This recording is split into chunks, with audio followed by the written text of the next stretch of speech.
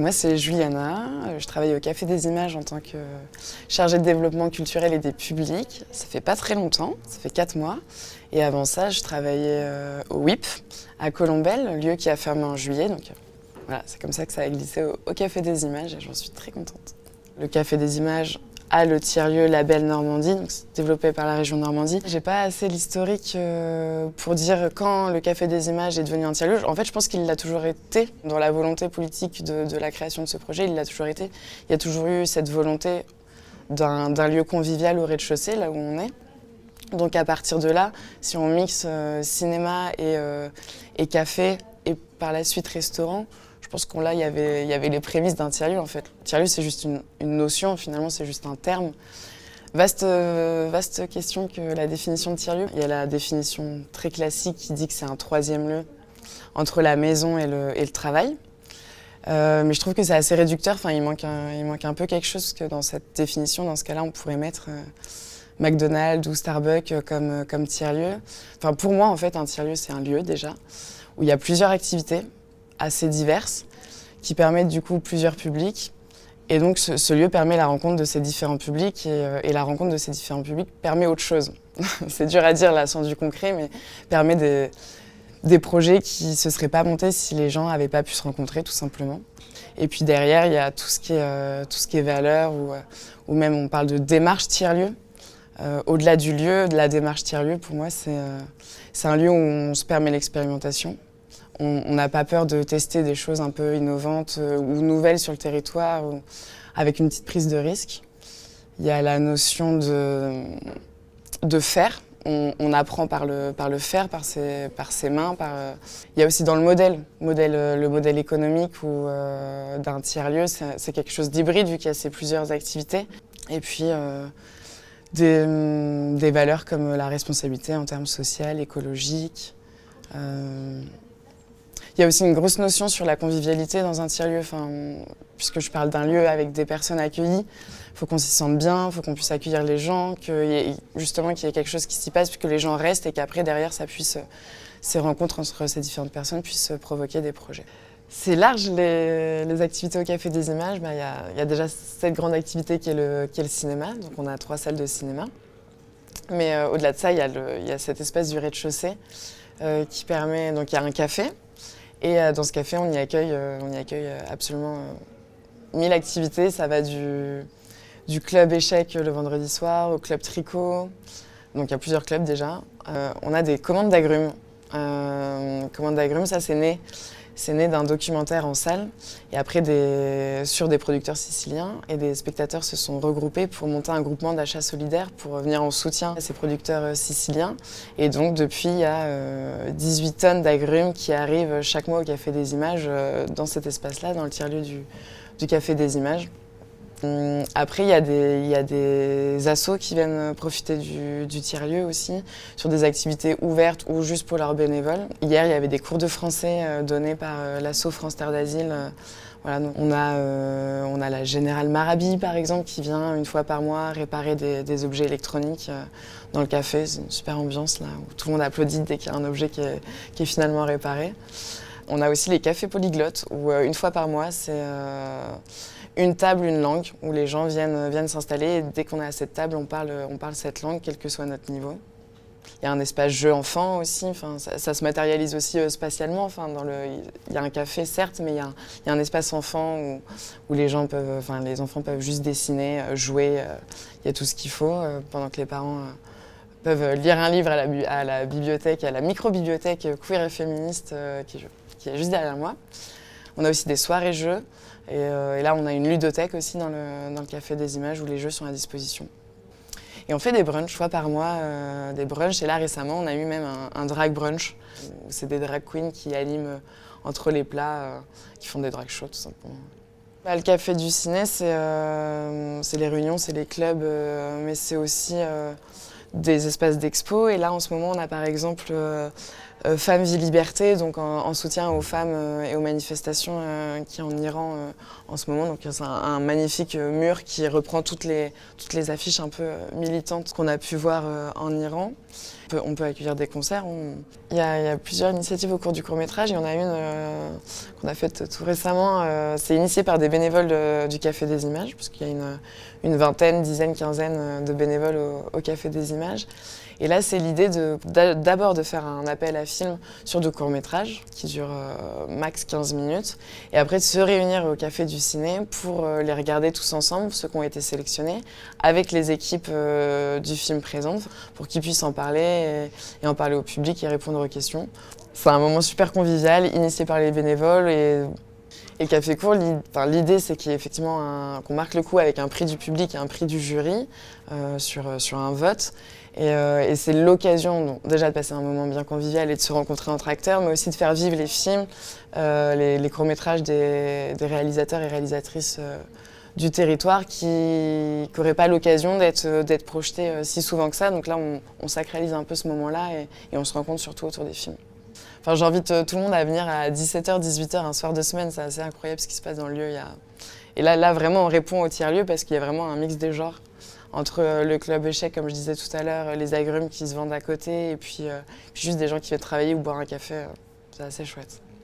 Enfin, c'est le champ des possibles, en fait. Ce qui est génial, c'est que c'est la culture avec un grand C, moi, qui me plaît, et puis la rencontre avec les gens, enfin l'humain, vraiment, un lieu ouvert au public. Je pense que je pourrais pas travailler dans un lieu pas ouvert au public, en tout cas pour l'instant.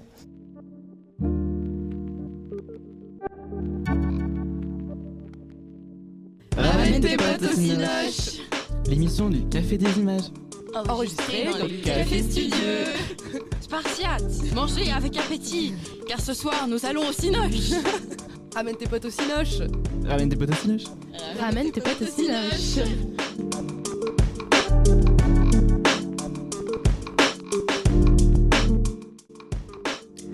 Bonjour à toutes et à tous et bienvenue dans ce nouvel épisode de Ramène tes potes au Cinoche. Nous enregistrons dans le Café du Ciné. Et oui, la grisaille s'est installée et le froid aussi. Alors ce mois-ci, on va plonger dans le cœur du froid. Vous ne l'avez sûrement pas manqué, comme tous les ans, le Festival des Boréales a déferlé sur la région caennaise avec comme pays invité l'Islande. Pour l'occasion, le Café des Images organisait son traditionnel café polyglotte focus langue nordique ainsi qu'une rétrospective de la cinéaste May Zetterling, dont on aura l'occasion de parler plus tard dans cette émission. Vous voyez le sujet venir, donc les cinémas nordiques. Mais une fois n'est pas coutume, comme d'habitude au Café des Images, on essaie d'ouvrir nos esprits à de nouveaux mondes de cinéma qui portent des regards, des thématiques propres à leur géographie, à leur contexte politique, culturel et social.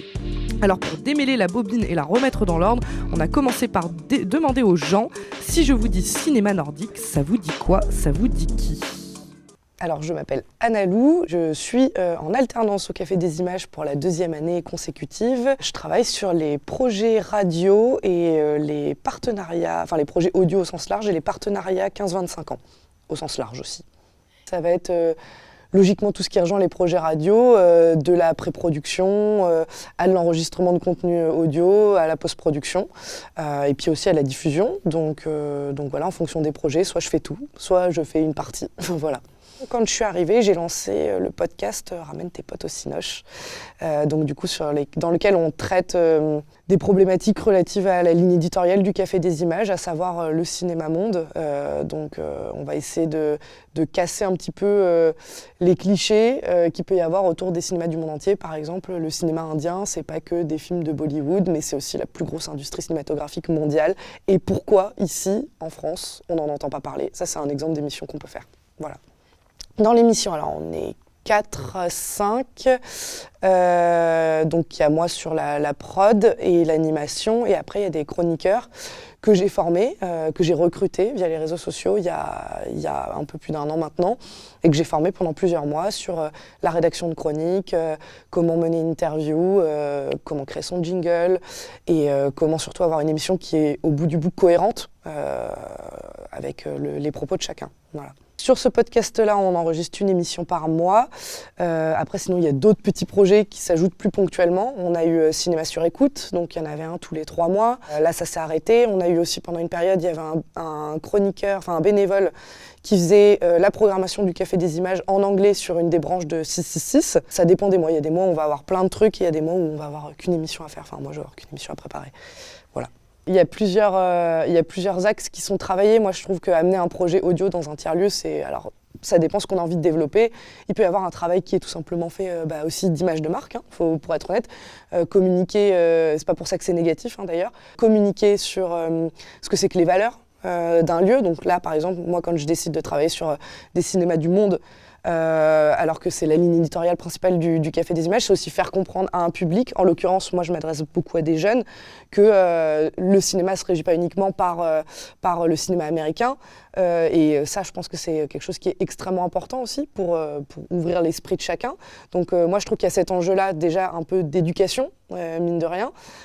Ça, c'est dans la finalité du contenu. Après, il y a un autre enjeu qui est travaillé que je trouve, moi, super intéressant et que j'avais déjà travaillé à l'époque dans un autre tiers-lieu, le WIP, où j'ai travaillé, pareil, sur les projets audio.